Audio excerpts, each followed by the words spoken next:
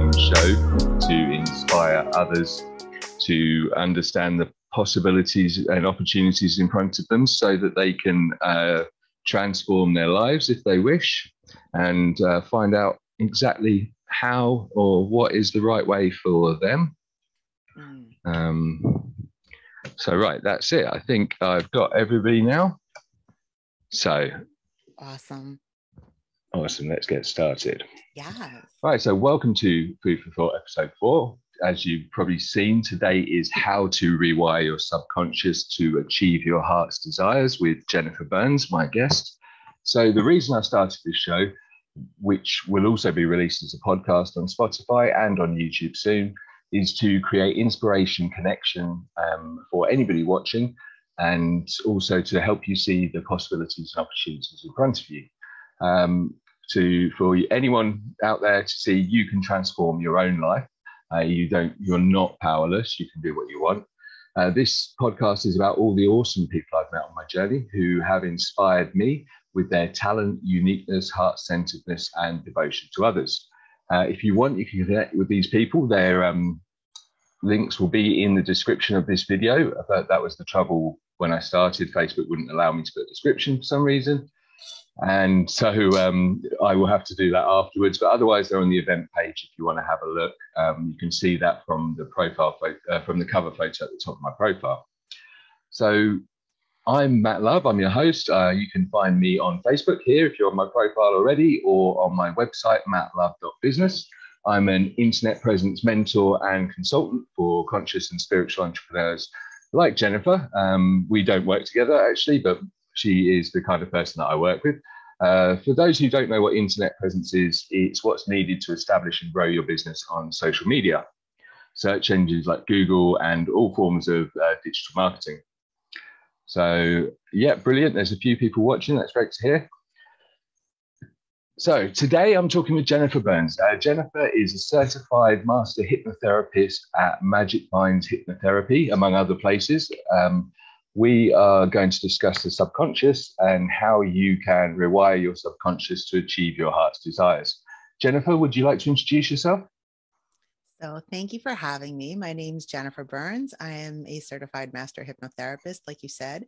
I have been fascinated by the subconscious mind and everything that it can do for us since I was young, very, very young. And I really enjoy teaching people, making them aware of the power that they have within themselves, and then helping them harness that power and utilize it to create the kind of world that they want for themselves out there.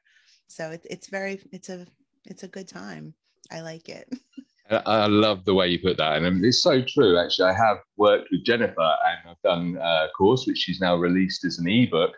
And it was transformational. Now, subconscious is something I've been looking into myself for 3 years, but Jennifer shared some really important things that I was not aware of that have really helped me in a short amount of time.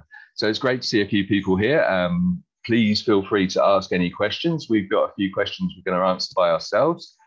Brilliant. Anna's here as well. Yeah, excellent. Hi. So if I look like I'm looking the other way, it's because I'm dealing with the Facebook traffic as well. So let's get this underway. So thank you for introducing yourself. It's a pleasure to have you here. I'm really excited about today. I don't think you've probably seen what happened on my profile when I asked about the subconscious this week, but I think I've had to respond to 80 or more comments about the subconscious in 2 days. So that's really good. So question number 1 is, what got you into hypnosis and understanding the subconscious? So I first became interested in becoming a hypnotherapist when I was in my early 20s, and I read Brian Weiss's work. I don't know if you've ever read any of Brian Weiss's books. I know who he is. Many Lives, Many Masters was the first one I read. I got very, very intrigued by the whole idea of past lives and exploring whether or not I believed in that. And that was what first led me to it. And then I started just kind of learning about it on my own, because the more I understood about it, the more I saw that the subconscious mind is at the root of everything. It is the cause of every problem, and the solution to it as well resides within that place. So I became very fascinated, and I carried on learning about it on my own before I finally went to school and got certified. And I've been doing that as a career now for a while. I really, really enjoy it. People are so interesting, and everyone is so unique. Everyone is so unique, and our perception is what makes us unique. It's how we're looking at things that makes us different from one another. Everyone's looking at it a different way. Depending upon how we look at things, that determines how we feel about things. So it's very rewarding work, and it's very intriguing work. And that book was what first got me interested in it. And then I went for a few sessions myself, saw what it was about, experienced rapid changes from it, and then I was hooked after that. Wow, I love that. And that, I mean, that's passion. That's real passion for something. And when you just can't get enough of it, you're still there years later and certified hypnosist now. And sorry about that. I have trouble with some words. So tell me, what is the subconscious? Because we've had people sharing lots of information about this week. The subconscious is 95% of our mind. It's the part of the mind that controls everything with the exception of critical thinking and short-term memory. That's really all that our conscious mind does. So I always like to show people the diagram of the iceberg. Many people have seen that, where the tip of the iceberg, the part that's above the water, is what we're aware of. The tip of the iceberg represents the conscious mind, which is only 5% of our thoughts. And like I said, all that's really responsible for is things like decisions and analytical thinking and short-term memory. For that reason, because that's all that goes on up there, when a person feels overwhelmed, more often than not, their short-term memory stops functioning first, because the available bandwidth just isn't there in the conscious mind. Now, when you go below the surface, you have the subconscious mind, the bottom of the iceberg, which is 95% of who we are. Our thoughts and feelings, our self-identity, our self-image, our autonomic nervous system. I mean, the autonomic nervous system alone is fascinating. And that's all being run by the subconscious mind. Our breathing, our heartbeat, our bodily functions and processes, that part of the brain never turns off. And it's capable of doing multiple things at one time. You cannot overwhelm that part of the brain. The way the conscious mind can feel overwhelmed, it's just not possible. Now, the subconscious part of the mind can feel uncomfortable, discontent, but never overwhelmed. It was designed to serve you and to do a multitude of things at once successfully.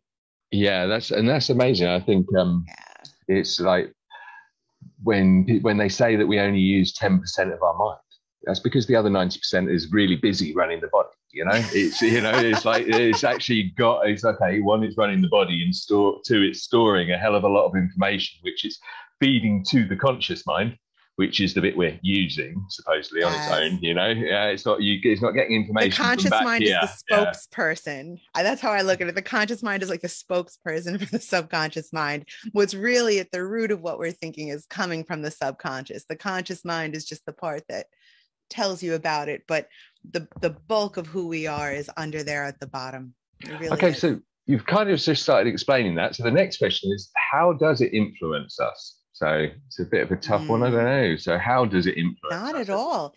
Okay. It influences us in a variety of ways. Many times all people, when they're presented with something new, they do the same three things: identification, association, and reaction, like response, right? So we're identifying what's in front of us, and immediately the brain is a pattern matching mechanism. We are associating it with something that we've already seen or experienced, something we're aware of. And through that awareness is how we each form our individual opinions about things. So a lot of the things that we think and the opinions that we form currently are based on conclusions that we've drawn in the past that we sort of reintroduce, but it's not happening consciously. We're not consciously saying, okay, I know you and you remind me of someone that I really liked, so I really like you too. That doesn't happen consciously, but unconsciously, something like that can happen. Does that make sense? The association. Absolutely. I mean, I love the way you just described that. So the brain is just processing patterns and relating them to other things. And I think, it's so true. We don't realize how these things are what's actually happening every time we use our senses every day, and how that's the brain's processing everything. And yeah, I mean, it's great to see everybody, by the way. So thanks all for coming. We're acknowledging you here. And yeah, so Alex has put my greatest aha was when I learned about how the subconscious goes to work to make everything we feed it true. I feed it the best love I have now. Sorry, I feed it the best love I have. Good for you. Love this conversation. Thank you, Alex. Yeah, and I think that is good for one you. of the secrets. Give it yeah, up for love Alex. That. Give it up for Alex. I think a lot of our viewers today are on the same path. I know some of them have been on your course as well, and so they're well on their way to loving their subconscious as much as possible. Okay, and so this was the big one this week that I asked on Facebook was, are we in control of our subconscious? So I saw that question too, and I said, I thought to myself, I said, some of us are. Beautiful, yeah. You have to be aware of it first to be in control of it. A lot of people don't realize what the subconscious is and how much that part of the mind is affecting everything that they do and their feelings and everything else. Once you become aware of what it is and how to communicate with it, then it can be controlled. Yeah.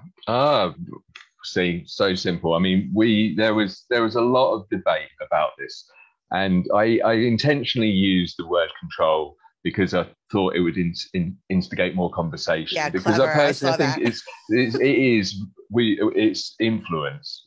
We influence anything. We can get it to work for us, but it's more influence than actual complete control, because when we have programmed it inadvertently the wrong way, it takes a lot of influence from my experience anyway, to get that back. Now, I've only ever had my first hypnosis recently, and that was with Jennifer as well. So I have seen how there are other faster ways to maybe work on these things. And honestly, before I did it, I was a bit like, I'm not letting anyone in there. I mean, what could happen? Oh, no. Yeah. So, but what did you think could happen? Do you mind me asking? Because this is something that I see very often. People are like, oh, no, I'm not doing that. And I always say, why? It's far more dangerous to leave that part of your brain on autopilot than it is to, grab the wheel and take a little control. What did you think I was going to do to you? No, well, I didn't really know anything about it. And it's more to do with the Paul McKenna things and all that kind of stuff, and Darren Brown and all those things that you think like that other things could happen when you've been hypnotized. But having done hypnosis with you, I realize now that they're two completely different things. So the hypnosis that we did, to me, was a lot like a very powerful guided meditation. Yes. What I was amazed about was that 60 minutes passed so quickly, but then I have been meditating a lot in the last 2 years since I started. I can get up to half an hour by myself, and that does pass quite quickly when I really get into the zone, so to speak. Yes. So let's not get too off track, but I hope that anyway answers questions for people who are like me and maybe are a bit like, oh, I don't want that somebody inside my brain. It's like, it's not that at all. It's not Darren Brown and Paul McKenna, that you're not going to end up like assassinating somebody. Yes, that's what people are always worried. Are you going to make me kill the president? Are you going to make me? Or another thing that I hear a lot is a concern that I'm going to cause them to do something that makes them look foolish. Because a lot of times when people think of a hypnotist, they think of a stage hypnotist. They think of someone. Now, if you're putting on a show, obviously, you have something to look at. What I do would be very boring on stage because you just see a person sitting there quietly. It's all happening in their mind. But what's beautiful about it, like you touched on something, you mentioned the thought that I'm not letting anyone in there. The truth is with hypnosis, without the person divulging too much of the problem to me, it can be resolved. They just have to give me something to call it. Now, I don't even have to know what happened. They could just call it, 1997 or whatever. I don't need to know what happened. All I need to know is that they know something, a memory that traumatized them happened in 1997. So when I bring it up, I'll just say 1997. I don't pry. I don't ask how it makes them feel. If they don't want to talk about it, that's fine. You just prefer to level it out. We can do that. The important thing is that the person that I'm working with knows what happened in 1997. So that when I say that, now they can pull up all the private details about it that they didn't want to share. However, they're sorting through it at the same time and still maintaining a level of privacy. You know, you don't really have to let me in there too much. Yeah, absolutely. I think if I'm honest, it's, I've done some other meditations as well. So where we meditate at the same time, and we're thousands of miles apart, and then the other person gets downloads. They actually get more information than you do, because we actually solve our own problems under hypnosis. Yes. And I think that's the thing that I've really learned myself, is that, you know, people say, oh, you know, you've got to look inside for the answers. Well, definitely the answers to your own problems. Yeah, because somewhere inside you know what's right for you. Yeah, but there's something in the subconscious that is maybe inherited from somewhere else that's stopping you finding the answer that's right for you. And through hypnosis or meditation, I've done it as well. So what they call inner child meditation, you can just get a complete download of all the answers, basically. It's like a resolution, you know, and it's quite mind-blowing how that happens. It's really, really mind-blowing. So we've got a few questions here, which is really nice to see. So we've got John has asked, would you say there are subdivisions or distinct functions of the subconscious? And if so, which? Oh, yes. I mean, it's all one place, right? It's all one thing. Think of it like a person that has a lot of jobs, a jack of all trades. It does a lot of things. So it's not that there's different sections of it. It's that everything is in there in a very non-linear and disorganized kind of way.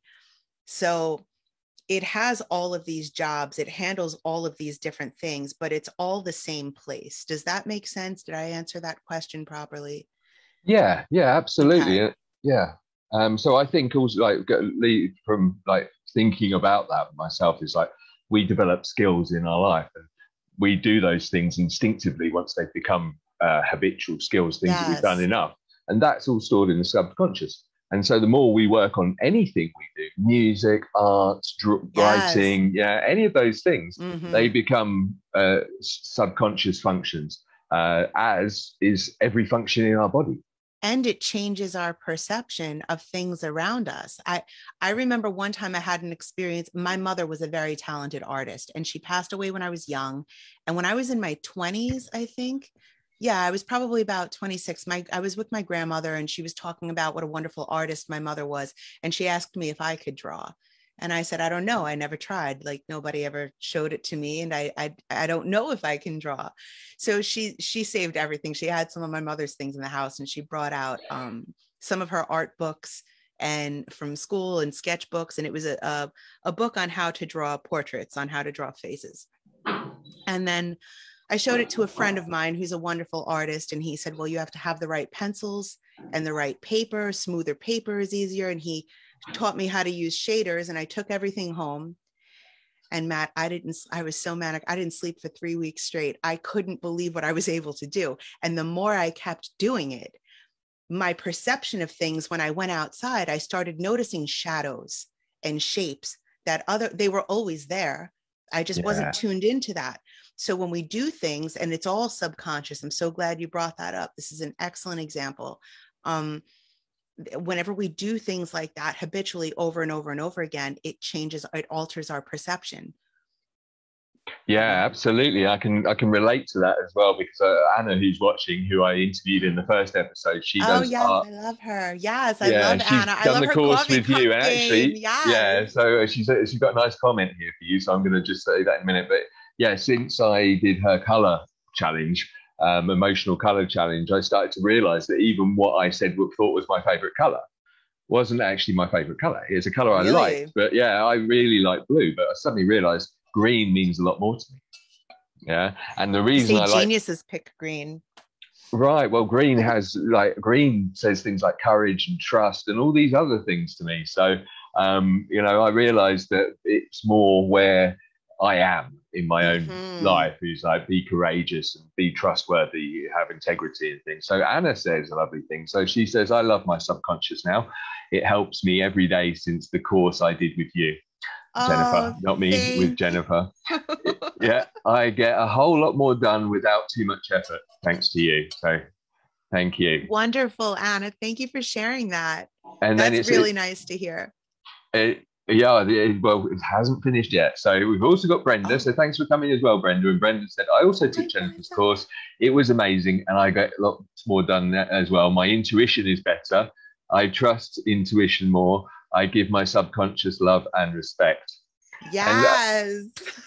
And I think, for what I learned was that I kind of was not connected as much as I would have liked to have been to my subconscious, because I wasn't I was seeing it as a thing that is unreachable, so to speak, and it's always going to control me, and I'm rewiring it, I'm reprogramming it. Even though I'm doing all this stuff, I wasn't actually asking it to work with me.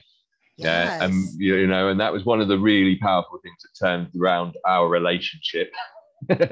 So because I was really aware of like how to feel really great in life is an alignment of the conscious and the subconscious. Yes. When they're working together in harmony. And best friends. Yeah, absolutely best friends. You're not being fed negative stuff because you're always feeding your subconscious positive stuff. So it's kind of, I mean, I could get lost on this because I love it. I love it. I could talk about this all day. If I go into like why, now I understand the subconscious doesn't really understand reality of television, for example. You understand why many people are seeing the world as a terrible place because they just watch rubbish on television. What we do with television is just ridiculous. It's extreme. It's like, I saw this program which was something, I think it was Jupiter or Saturn. It was something to do with what happened when humans live on Jupiter, and in fact the Earth is just a farm for humans so they can live for longer, and so they take our life force. And I just thought that's just such a human way of looking at what another species would do. It is. I'm so glad you brought that up because it's something that I feel it's always been a burning question on my mind as well. How come whenever human beings imagine extraterrestrial life, they always want to hurt us? Have you ever heard the expression, we don't see people the way they are, we see them the way we are? Yes. That's us. We do that. We destroy. How do we know that they're not, looking out if there is such a thing, that it won't be good? They never make a movie about that. It's always that they're coming to destroy us. Unfortunately, life on Jupiter everything's going to be bad. Yeah, it's like a vicious cycle, isn't it? It's like, unfortunately, people want it. They're like, wow, that was interesting. Oh my God, imagine that. They then produce more of it. And unfortunately, the more they produce, the more our subconsciouses are constantly living in a state of slight paranoia and fear because we believe that everything would be bad. When that's right. As far as I'm aware now, the universe is powered by love. So, why would a perpetual life form like the universe want to try to hurt us, or try and hurt anything in it? It's it wouldn't and just to go, oh, let's wipe them out. So anyway, but we think like that because we destroy things. But I'm glad you brought up the TV thing, because a very important thing to touch on for people that don't know about it with the subconscious is that part of your brain cannot differentiate between imagination and something that you actually experienced. So if a person is quite imaginative and they're engaged in this film and they're watching this and they're making all the images in their head, this is how hypnosis works, people. That's all it is. It works because that part of the brain can't tell that fictitious scenario isn't real. So be mindful of what you watch. If you watch something it's like a negative situation, and if it were real, it would be scary to you, maybe put something else on. Go watch a comedy or something. Yeah, I mean, I've reduced the amount of things that I watch these days. I like to watch things to do with changing the world and making the world better and saving animals. Positive, positive stuff and invention. So let's get to some of these comments. So we got through Brenda. So John, I never need to set an alarm because after asking to wake up at any precise time, it always works perfectly. So I'm curious to know if he does that right before he falls asleep, like in the theta state. That's the best time to do it, to just tell yourself out loud, I will wake up at this time. And the body I'm going to try that one because thanks, John. You might have given me a tip. So John, out of interest, if you comment, I'll see it. Yeah, so if you just tell us, do you do that just as you're falling asleep? That's interesting, because I heard And I'm once. curious to know if he says it out loud or if he just thinks it. Oh, okay. And do you say it out loud or just think it? Because I got told if you hit your head on the pillow a certain number of times, you will wake up at that time in the morning. A long time ago when I was a teenager. Really? And I used to do it 6, 7 times because I didn't used to like waking up either. And I'd have to wake up sometimes 6, 7 o'clock in the morning. And it did actually work. But I'd imagine I was still just setting the intention to wake up. But you are like, it's whatever you believe will happen is what will happen. It's that simple. So yeah, I put on, after reading a lot about the subconscious and stuff, I put on Facebook about a year and a half ago, what you think is what you get. Yes. Oh, I nearly got killed for that one.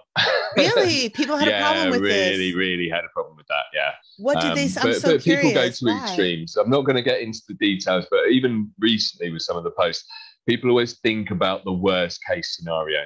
Yeah, about people who are extremely lost, who would hurt other people, and so they always think about the worst, or disease or illness or things, and it's very hard to sort of, even though the evidence is there now, to say to somebody, actually worrying about illness can create illness, excessive stress can create illness, eating rubbish food can create illness, taking supplements and pills that you don't know what's in them can create illness, so but more importantly, thinking can create illness in the body, and I think that's what's crazy. So let's have a look.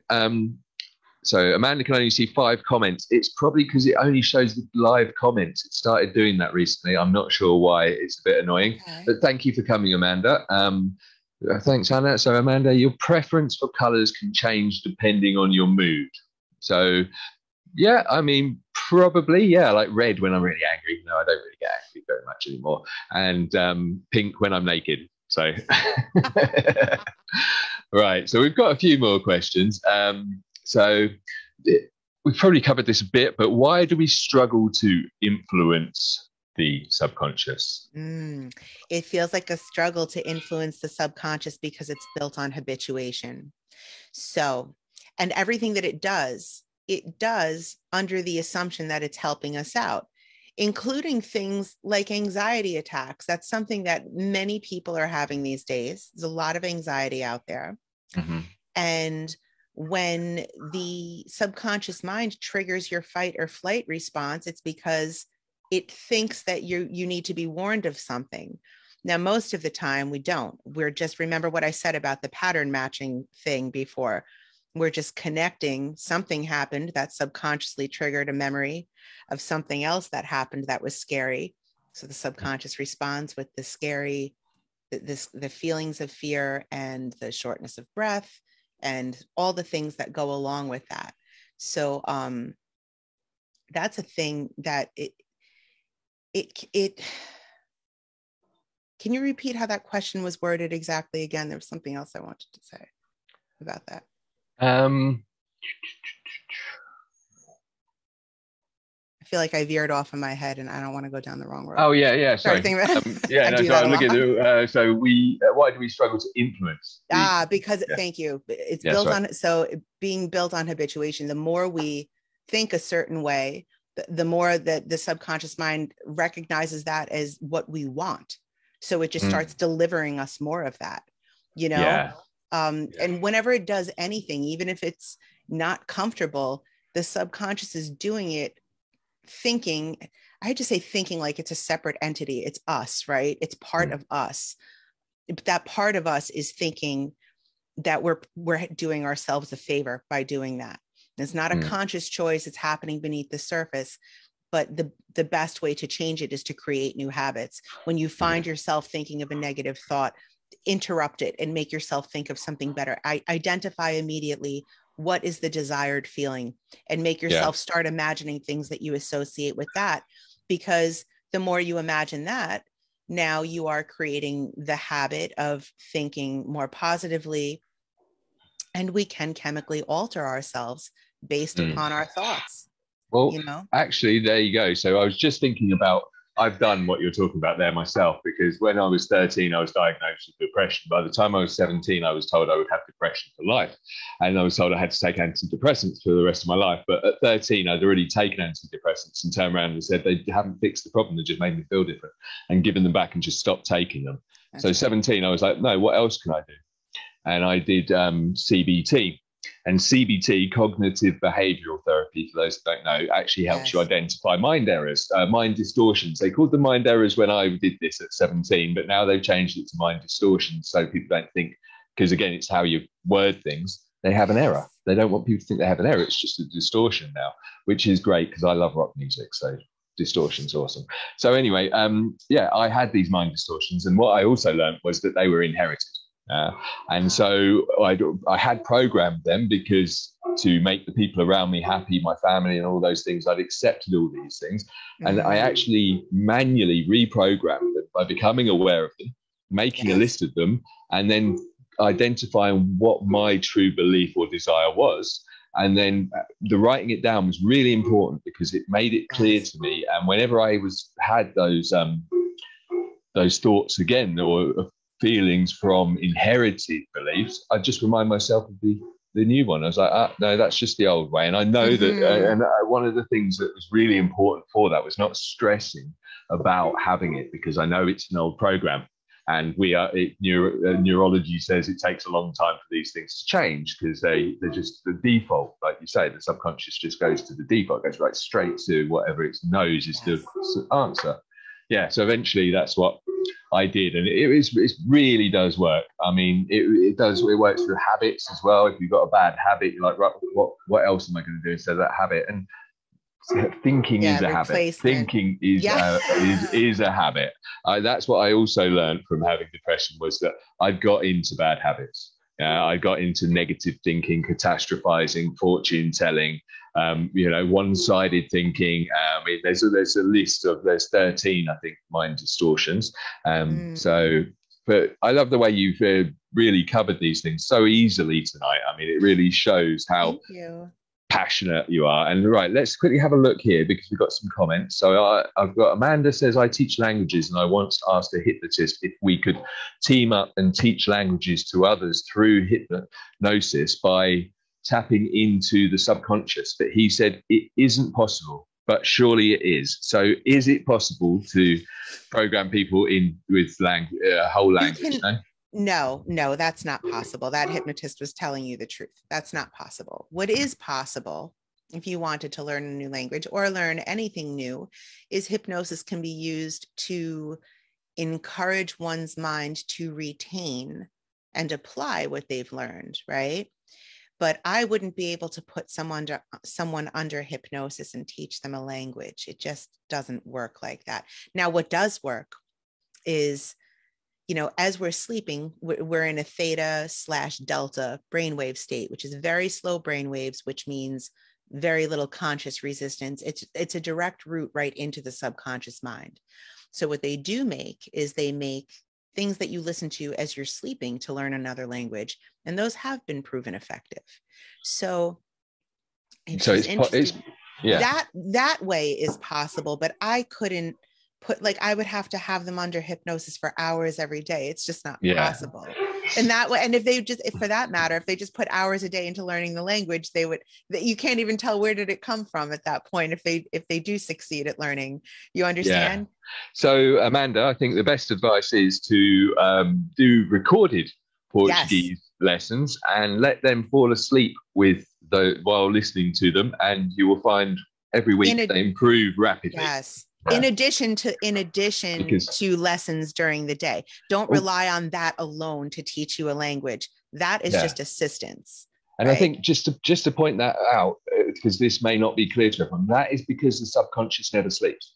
It never sleeps. Yeah, because it's always running your body. Yes. Yeah. So even though you've got your conscious mind to go to sleep, if you are actually listening to something at nightime, it's absorbing and you fall asleep, the subconscious is still absorbing it, and that is where everything is stored, not in the conscious. So everybody now gets some AirPods, right, every night. Yes. You'll be a genius by the end of the year, guaranteed. So a couple more comments here. So Alex says it's mathematically impossible that we are the only intelligent life. So yeah, I'm Right sure it is.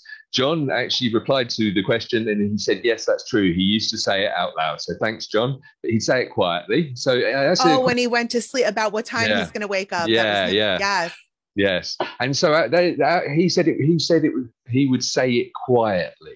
Now, this is something that I find interesting is a lot of affirmations say them out loud. How loud do you have to say them? You don't have to say them that loud at all. Like I have a few affirmation recordings on my website that what I do with mine is I repeat the affirmation twice. So so you hear the affirmation one time and the second time you repeat along with me. I tell people you could either do it out loud or in your head. It doesn't matter. Just think it again, connect a feeling to it. The subconscious mind has no verbal language. It's the feeling mind. So when we have a conscious comprehension and understanding of a word, we create a feeling that goes along with that word. That feeling that we've generated is the word that the subconscious mind understands. So if you are saying, it doesn't really matter if you say it out loud or quietly, unless you notice that doing it one way produces more of a feeling, then I would recommend going whichever way that way was, that gave you more of a feeling will work better. But out loud or in your mind works. And you can yell in your mind too, right? Okay. Yeah, of course. So think about how try to whisper in your head and try to yell in your head and notice if you can feel a difference. All right. I'm going to try that. Not right now though. So I've just got a couple more comments. I just did it like 3 times. No. There's somebody saying, Matt, I've seen you in so many mad things. It's great to see where you are now. I can remember some of the crazy things we've done. So yeah, I mean, I think that goes to show how much you can rewire your subconscious. And that was like in the stage as I was coming out of depression. And honestly, on that journey, doing it alone, it was an absolutely, it's an experience I would never not want to have. However, I'm lucky to be here. So, there were times that main reasons I wasn't looking after myself. I saw myself as invincible. And although I had a message of love and life is about freedom and everybody loved that. And I was always around having fun and doing really courageous, as I'd call it now. I wasn't looking out for myself. And that's something I've only realized in the last 5 years, really, to be honest. I've been a father now 9 years. And so, yeah. That changes things. That does change things. So also, we've got a few more comments. I'm going to catch up now because there's a lot of comments coming in and we're getting a bit behind. I love it.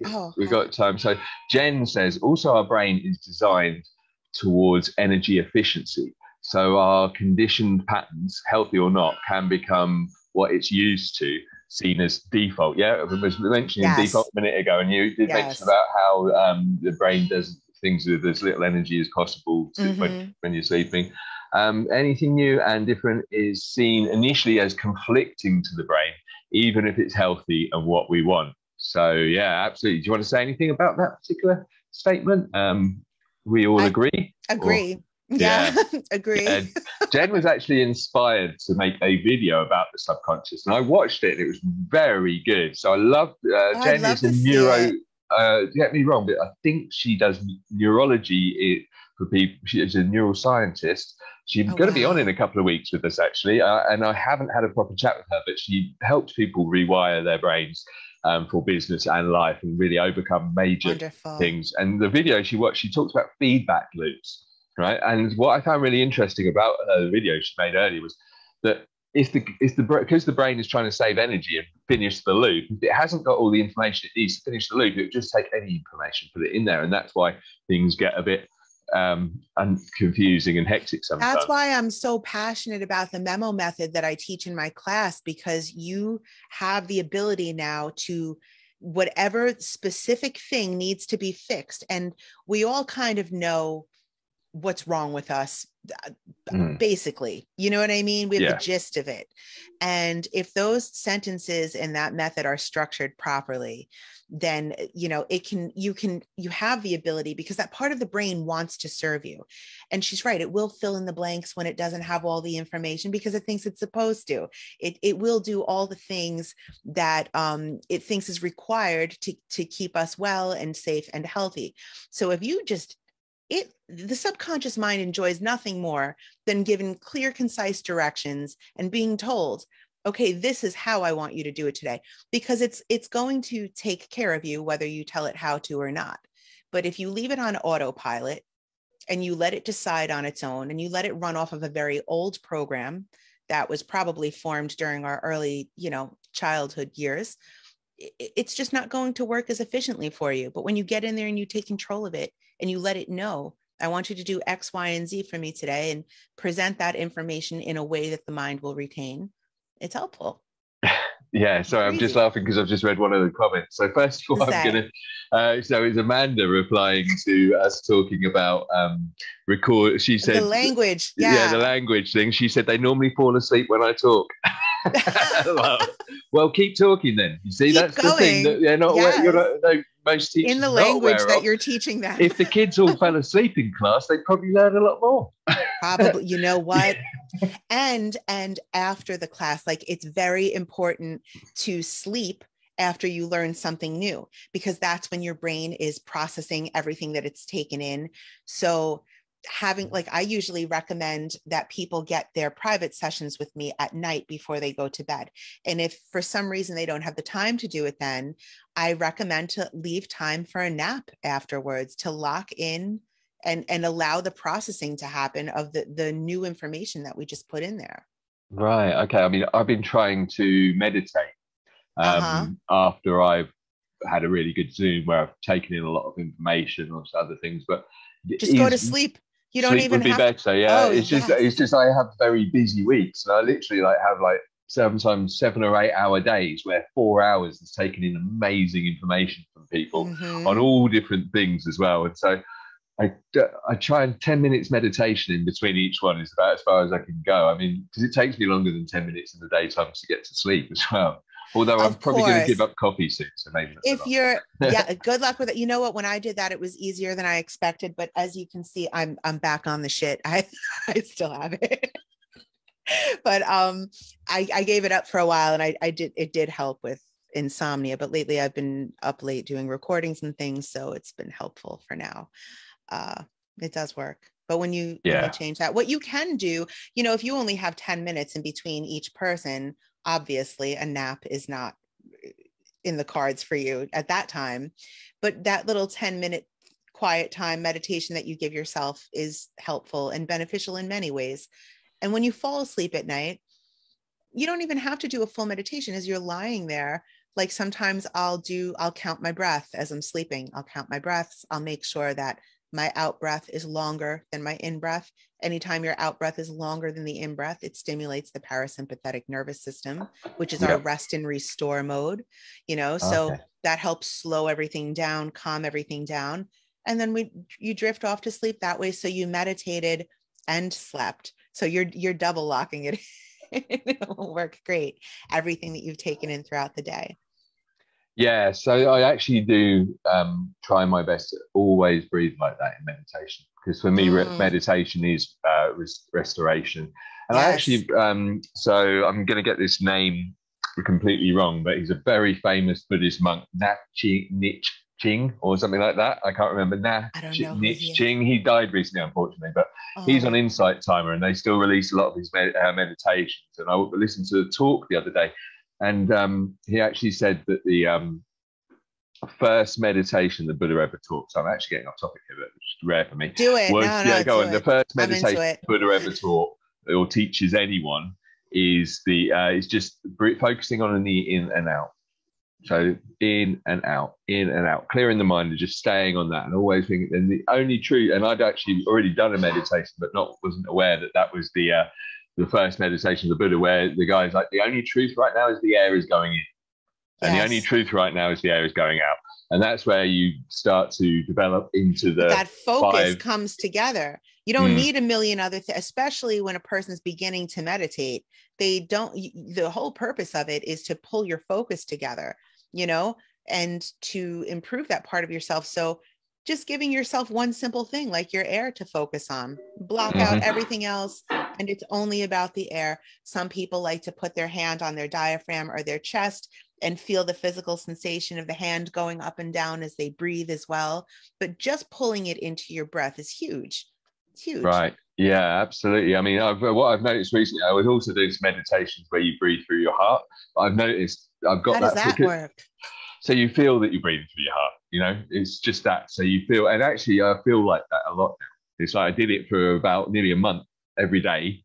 And now when I breathe, it feels like all the air is running through my heart. So I'm trying it. Oh. Yeah, it's another thing. So we've got a bunch of comments here. So I'm going to try and get through them. So go. Brenda says, they say it takes 14 to 21 days to change a habit. Does that mean we are reprogramming the subconscious with something new and reaffirming that it's truly what we wish for? What was the second half of that? Does it mean that we're reading a bit fast, aren't I? So does that mean we are reprogramming the subconscious with something new and reaffirming it is truly what we wish for? So by doing it over and over, are we letting the subconscious? Yeah, yes, absolutely. And so they say 14 to 21 days. Is that something you agree with? I agree with 21 days. 14 days, I think, is a little brief. I think 21 days is the minimum that it takes, especially it depends on how long you've had this habit for that you're trying to change as well. In the grand scheme of things, the longer you do it the new way, the more it becomes the new way. But minimum, I say, of 21 days. I don't expect anyone to form a new habit any sooner than that. I know I couldn't. Yeah, I mean, I think I heard it was 56 days, really. Yeah. I did a habit building course about 18 months ago, and the science is 56 days for rewiring neural pathways, I believe. But I think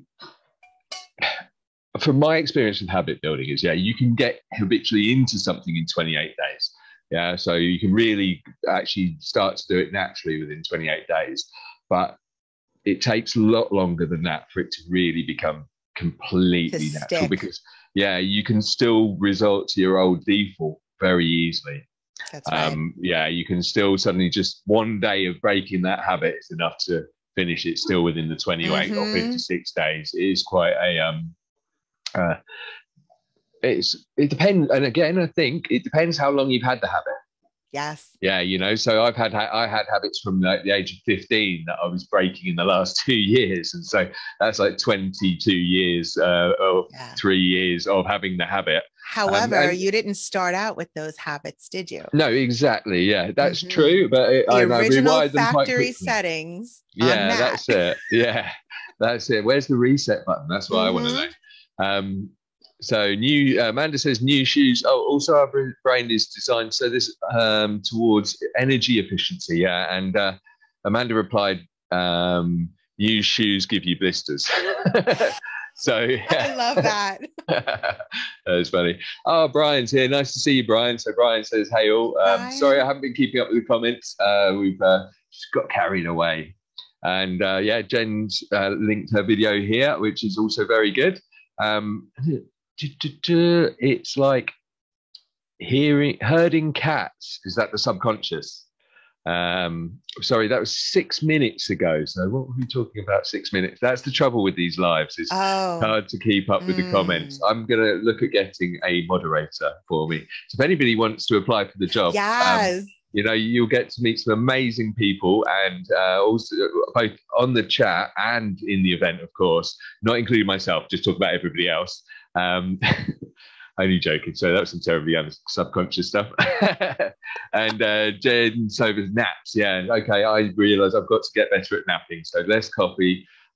Brian says nap time every day is super important. Yeah. I'm actually trying to get into that, but you know why I'm trying to get into naps? Because I only want to sleep 4 hours at night.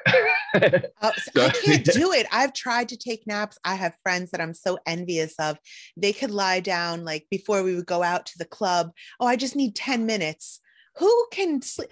First of all, I can't fall asleep in 10 minutes. And then once I'm sleeping, I need a full sleep cycle. that 4 hours here for that cat nap business doesn't work for me. Like I like to sleep. Yeah. For a long stretch.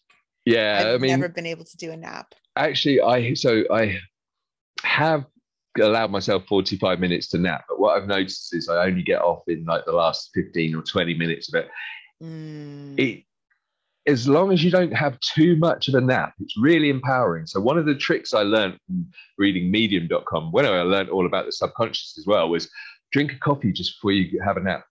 And then I can't remember what the chemical is that you release when you nap, but it combines with the caffeine, and then you feel even really awake afterwards. I could never fall asleep after I drank coffee. Do you understand? You just got a nap, so you just got to lie there like that, and as you let your body relax. I love that word, just, as if it's so easy. Yeah, I'm sort of envious of your ability to do if you meditate enough, you get to the point where you can just go and close your eyes for a long amount of time.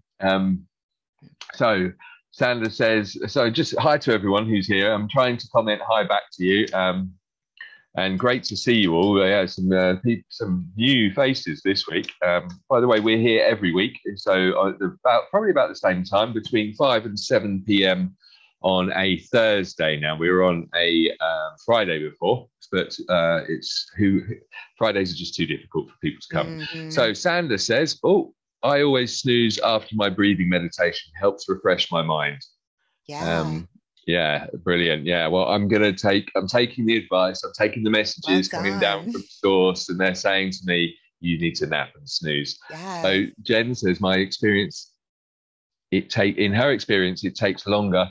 And if you do the change work daily, so talk about habitual behavior. She is I think you're a neuroscientist, Jen, and you study neuroscience. I'm excited to meet this Jen. And actually, you're both Jens as well. Yes, so that's a bit of I want to see your video, Jen. Yeah. But she's absolutely right. That's why I love even when my clients come to me just for a hypno session, I like to recommend that they learn the memo method as well, because it's daily reinforcement. So, whatever we plant in the subconscious mind and nourish with repetition and emotion will one day become a reality. You have to for something to become a habit, it has to be done every day. Yeah. If you're trying to create a change. Yeah. And I think actually that leads me on to a really, I think, important point as far as habit building goes, is that if you expect it to take 28 days, you're going to be disappointed and you're going to lose the motivation to do it. The best way to look at habits or anything that you're doing in life is that I'm willing to commit to it until it takes effect. And I think that's habits, business, learning art, skills, everything. All these things. Yeah. But don't look at it like, to look at it like I have to commit to it. It implies that there's going to be a struggle. The best thing to do is to point out, whenever I'm trying to make a change within myself, I try to point out all of the positive things about the change and all the negative things about the old way, so that it feels like a no-brainer, because like I said, the subconscious mind wants to serve and support. So if I convince it with my inside voice, like, oh yeah, this new way is actually better, more enjoyable, more pleasurable, more desirable. And I'll say words like that to myself in my head. So now it changes what I want. Now it looks like, it's not that I have to force myself. Okay, I've been doing this for 21 days. I'm losing count at that point. This is just the new way. This is just how I am. Does that make sense? Yeah, absolutely. Yeah. I mean, I think, did I say have? Because I realize that a lot of the language I use is quite driven, is the word I'm going to use. And so it's one of the things I'm working on. But it is interesting. I like it when people point things out to me, because I don't realize how much I expect of myself. So a couple more comments. Go easy on yourself. Yeah, it's kind of like I feel great. I don't feel like, but I think it's more me. It's just part of my personality. I'm high energy. I like to do a lot of things. Yeah. I don't try and expect anyone else to do as many things as I do or be as active as I am every day. But I love myself for doing it, and especially now I do it for a much more fulfilling reason. And if that's because I want to share the gift I've been given with the rest of the world, and that is a fulfilling thing to do. Whereas before I wanted to dance for as long as possible, stay up all night talking to people about rubbish. And don't get me wrong, it was great times. And I'm glad I've had those experiences. I think maybe they've even helped me have so much energy in later life. And, you know, like I've gone back to 5 or 6 hours sleep from 8 hours sleep, because I just find I wake up much better with 5 or 6 than I do with 8. Yeah. So but that's why I'm trying to get Good to more. One sleep cycle, not waking up in the middle of another one and then have a nap in the daytime. Yes. So let's get back through here. We've got Brenda. I love cat naps. I know, I guess because you've got a lovely cat as well. And yes. I put Big Bang Theory DVD in the VCR. I've seen them all before, so I'm okay to nap through them. No commercials to wake you, then you can walk refreshed. Now, I think that's awesome because you've seen it all before, so you know you can fall asleep. So I used to be terrible at that. Like, I'm just going to get to bed in a minute, but I haven't seen this one. I'll just watch it to the end. I'll be all right tomorrow. I know. I feel like I'm going to miss out on something if I don't see, you know, as if I can't just pause it and get back to it. But I do that as well. It's when it's bedtime, it's only about, for me, it's all about an affirmation recording or a bedtime hypnosis or some binaural beats, you know, those kind, anything to relax me and make me fall asleep. Because if I put something on that I haven't seen before, then I won't fall asleep. Yeah. But she's right. If you've watched it, it's easy. That's actually something I really got out of the habit of doing. And then I didn't, when I came to Portugal in 2004, I hadn't had a TV already for 2 years. So in my 20s, I stopped watching TV. And then I came here and I didn't have TV here either, because I could either get Portuguese TV or semi-legal Sky connection, because it's a bit dodgy to get English TV. And I just was like, I haven't been watching it anyway. And I stopped in my 20s. But then when we formed a family, got television, and I realized that it's like what I would relate to relaxing sometimes in the evening is putting the TV on. And now I'm really like, press record. Don't stay up, press record, you know. And watch it when I've got free time, and when don't stay up late, keep affecting the day. And as we say in England, I don't know if you say this in the US, burning the candle at both ends. Yes, we say that as well. Yeah. So I'm going to fly through these comments because so Brenda also said, I have tried coffee and Bailey's. Oh, and Jen gave you a load of hearts. I think that's because you're going to connect. So a nice face with a bunch of hearts around it. Looking forward to it. And I have tried coffee and Bailey's before a nap. Warm in your tummy, like when you were a baby. Sleep before the caffeine kicks in. Awake more alert. Oh, right. Yeah. So a bit like the nap thing. I was thinking that. Yeah, the Bailey's won't do it either. Yeah, but how much Bailey's are you putting in there? Yeah, how much Bailey's is going in? It's Bailey's with just a little bit of coffee. Yeah, that's a shot of coffee and a full cup of Bailey's. Yes. Yeah, I like the idea Sounds of delicious. Going to the shop after this. Okay, so so Amanda said, so the reinforcement could apply when you are learning a language. If you tell yourself every day that you can do it, you will. Right. I think so. What do you think? So you should tell yourself that with everything. Oh, of course you can do it. Yeah. Of course you can. Why couldn't you? Other people can do it. You're a person too. You can do it. Yeah, I think it goes back to Henry Ford, doesn't it? If you think you can or you think you can't, you will. Is that right? Is that Henry Ford? Yeah. I don't know who said that, but I agree with the statement wholeheartedly. Yeah, I think that's Henry Ford. And so, absolutely. And it is about that. It is a battle with what we've been told for years. Well, it's not, some of us haven't even been told. It's just become the norm. And so it's kind of really just been inherited. And what I realize now, I'm completely away from television, is reinforced by television. I remember telling my mum at 18 years old that I was no longer going to watch soaps because soaps, EastEnders had this advert that said real life television.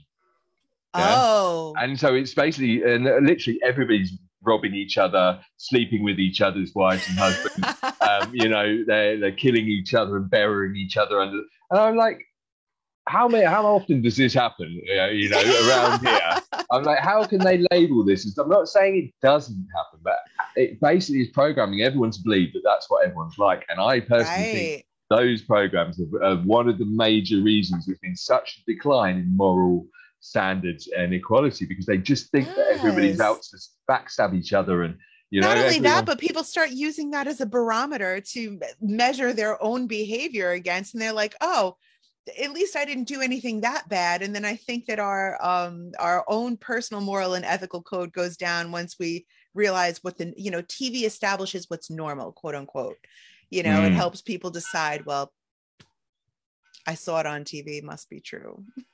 Yeah, so normal. So I normally keep this to 60 minutes, but this week we haven't. No, it's all right. We're probably going to wrap it up in a minute because already a few people have had to leave. So let's just see what's happened. So Michael said have to implies an obligation. Change that to get to, and the energy just immediately. Yes, Michael. And I got to as well is the other one I keep swapping to get to. So got to, have to are things that I keep trying to swap to get to. But I realise I'm a little bit overwhelmed after a comment that Jen made earlier, which you already knew, but I'd forgotten, which was that when we're overwhelmed, we can't remember things. So that's why I've forgotten the fact that when you're overwhelmed, you can't remember. Of course, yeah. So, John says, yes, learning a language also involves some emotional issues that hypnosis might help with. Oh, so, yeah, I mean, I've been learning Portuguese. I'm still learning Portuguese, and I've lived here nearly 19 years now. I have some emotional issues. I can't roll my R's, and so I'm never going to be able to do that. That's terrible. And worse than that, they roll their R's. Don't say you're never going to be able to. There you go. That. Yeah. So I'm still learning how to perfect. I haven't even started learning. My tongue doesn't do these things. My daughter is Portuguese English nationality. Yeah. I wanted her to learn Portuguese, but as a first language, because it uses so many more muscles than we do to speak. So it's easier for children to learn it. Yeah. So Jen's got to run, but thank you both for the great show. Nice meeting you. So Maida says, when Mama Pet wants to take a nap, there are always pets. Oh, well, so that's Mama Pet. Sorry, it was all one word. It was throwing me a bit. So when you want to take a nap, there are always pets. Yeah, I mean, pets are lovely. Who doesn't like curling up with their animals? As long as you don't wake up with it on your face, I'm all right with that. So Amanda says, English people have a hard time sometimes. That is because we are island people. We are insecure, outside of our own bubble, scared and making a mistake, scared of somebody laughing at us. People are the continent seem more connected. Borders seem easier to cross. I have to admit, I actually came here with a very similar.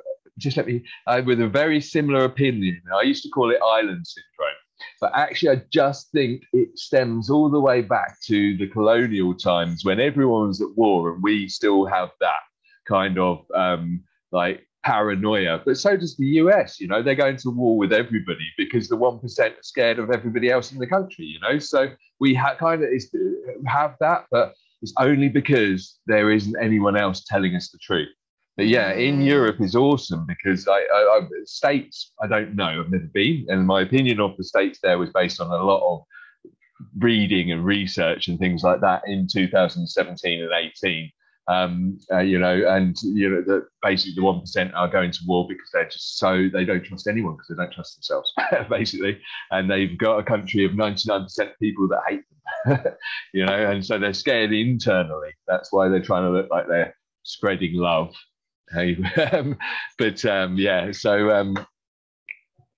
Right. So English people, hard time. Oh, yeah, in Europe, right?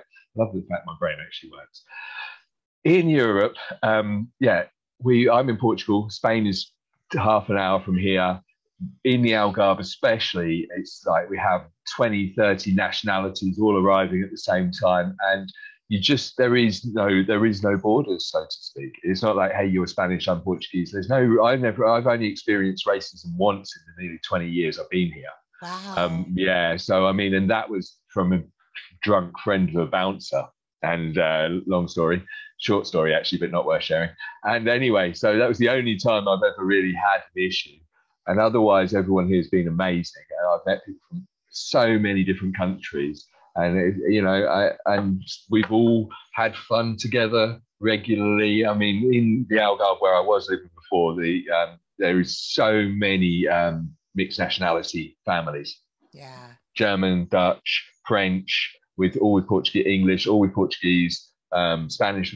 It's everybody together. And there is very little problems because they don't have the influence that we have in the UK, if I'm honest. And that's where I did think it was island syndrome, but I realized it is just subconscious programming through things. Or not. You need lessons with me, Mac. You can do it, said Amanda. Yeah, I probably do. So I probably do need some. To roll your R's with Amanda. Yeah, I feel like she could help you. Oh, okay. Oh, hold on. It says content no longer available. Oh, it's okay. It's working. It's just one of the posts has gone. I thought we'd got cut off then. So no, it's all right. We're still going, and we've still got people watching. So thank you all for staying so long. We're normally done in an hour. We're pretty much there. So final question and crucial one. How can we influence the subconscious? Well, you can influence the subconscious in a variety of ways. There is hypnosis and hypnotherapy.